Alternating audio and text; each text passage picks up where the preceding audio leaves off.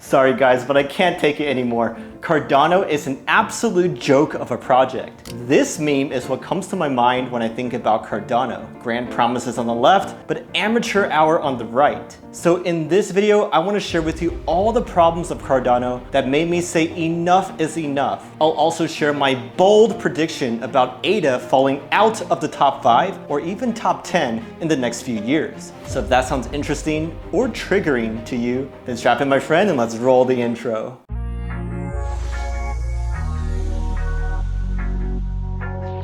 After being called vaporware for years, Cardano finally launched their smart contracts capabilities recently. But instead of proving us all wrong, it made us even more critical of Cardano because there were so many basic issues that popped up that made it look like amateur hour. And that made me wonder, weren't peer reviews supposed to prevent this? Or was that talking point just a complete meme and didn't actually give them any real advantage? Anyways, I noticed 3 issues in particular that popped up in the last few months. Let's take a look at them, shall we? First is their concurrency issue. Remember when MintSwap launched the very first DEX on Cardano's testnet? People were super excited to try it out, but the DEX was quickly shut down after users ran into transaction failures over and over again. Turns out it was because of the concurrency issue, which is a long-known limitation of Cardano's extended UTXO model. And just for the record, this is not an issue for any account-based system like Ethereum. I'm going to quote this Librelion article that explains it best. Quote, many different agents can access an Ethereum-based smart contract because of the shared global state. But with Cardano's UTXO model, that is not the case. Developers are currently faced with a challenge, as with only one agent that can consume the UTXO,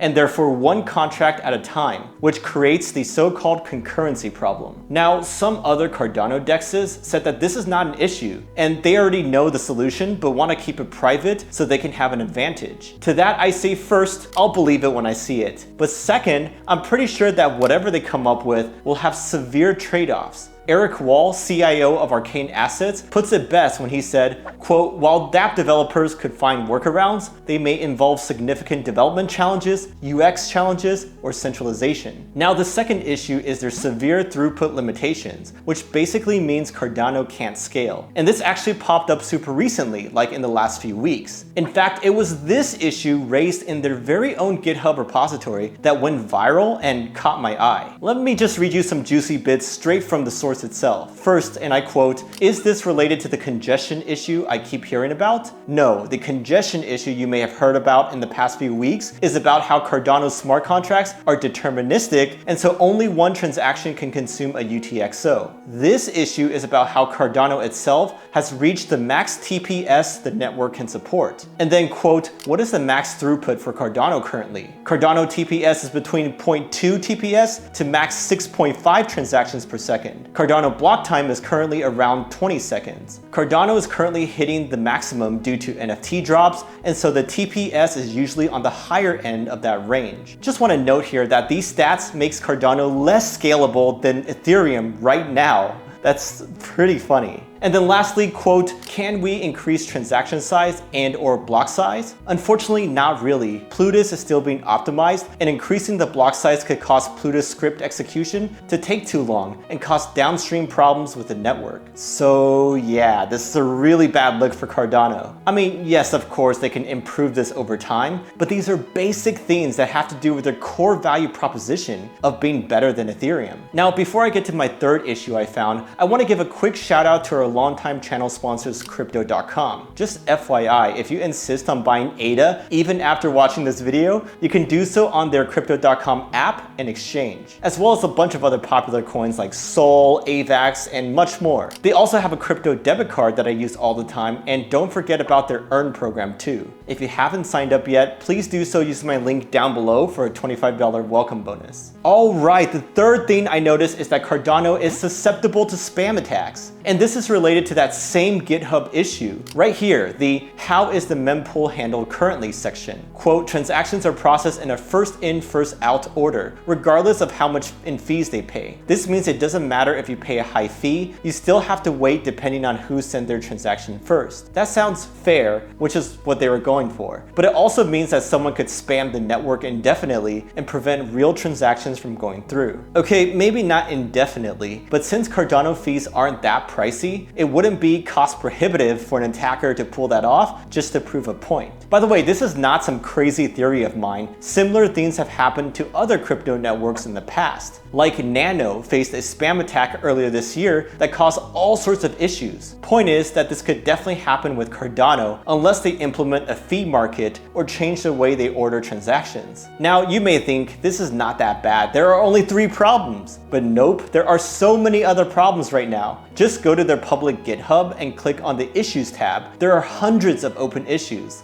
Like this gem that someone discovered on Twitter recently. An issue with their compiler causes a completely empty smart contract script to take up around 15% of the available block space. And the conclusion in their discussion is that they'll need to rewrite the compiler from scratch. Wow, just no comment there. Anyways, there's a lot of work to be done, and these are all issues they have to fix before Cardano can support any sort of meaningful adoption. But now that we have an updated view of the state of Cardano, it should be no surprise that their ecosystem is currently a ghost town. That's why when James Wang went to go check out Cardano dexes, he couldn't find any. He made this video clip to demonstrate that they're all just screenshots and coming soon pages. Quote, there are many decentralized exchanges in DeFi, but the only Cardano dex is a JPEG. This is why when Cardano fans show this ecosystem graphic, I roll my eyes. Because most of those aren't even out yet. They're just empty promises of the future. Or maybe they're projects that launch on other blockchains, but they say they want to expand to Cardano as well. I don't really think it's fair to include those in such an ecosystem graphic though.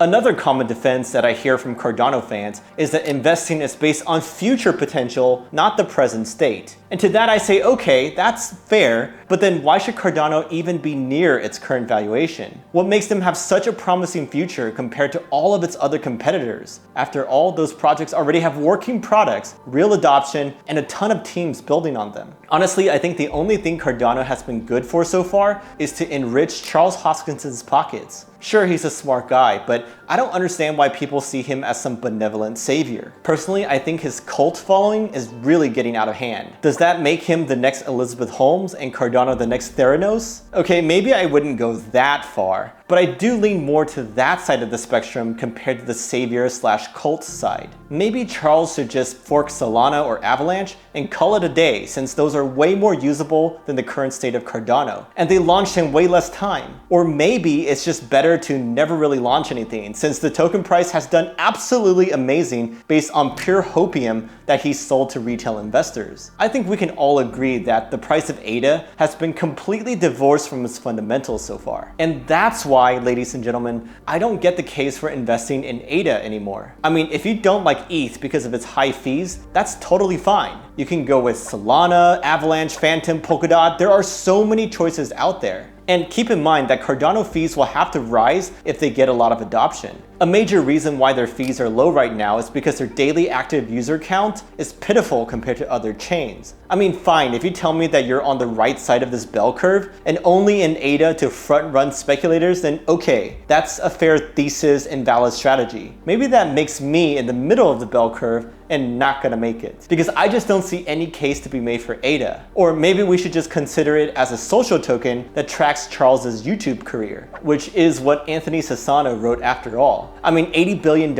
is a huge market cap for a social token, but at least that makes more sense than evaluating it as a traditional blockchain project. All right, it is time to share my hottest take and boldest bet to date. I predict that ADA will be out of the top 5. Heck, maybe even out of the top 10 cryptocurrencies within the next 2 years. I think all it takes is for a prolonged bear period for things to reset and fundamentals to take over. After all, during the last cycle, ADA retraced all the way back to 2 cents after rocketing to over $1 at its previous peak. And also projects like EOS, NEO, or Tron all were previously high flying, but now way out of the top 10 as they should be. If you disagree with my prediction though, I'd ask, how confident are you? Are you willing to bet? By the way, notice that I'm not saying anything about ADA's short-term or mid-term prospects. Sure, it can absolutely rocket, but I'm confident that in the long run, fundamentals will prevail. And I just don't see how Cardano can catch up in that sense. Anyways, I previously made another video about why I'm not a fan of Cardano. You can watch that one right here if you're curious about my points there, which are different by the way. And of course, let me know your thoughts and comments down below, but I hope we can keep things civil. I'm Kevin from Coinsider, can't wait to see you in the next one, and cheers!